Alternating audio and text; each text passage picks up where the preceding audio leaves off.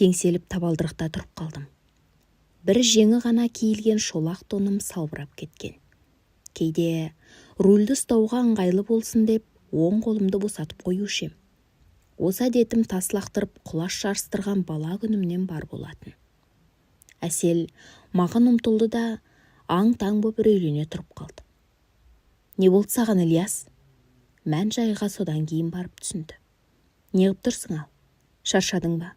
Тоңған шығарсың. Шешінсеңші. Ол шешіндірейін деп ұмтылып еді, ләм-мим демей итеріп жібердім. Ұялғаннан дөрекілікке басып жатырмын. Сүрініп қабынып жүріп, бірдеңені салдыр еткіздім де орындыққа сылқ етіп отыра кеттім. Не болды саған, Ильяс? Әсел жаныма кеп, мастықтан кілгіріп кеткен көзіме үрейлене үңілді.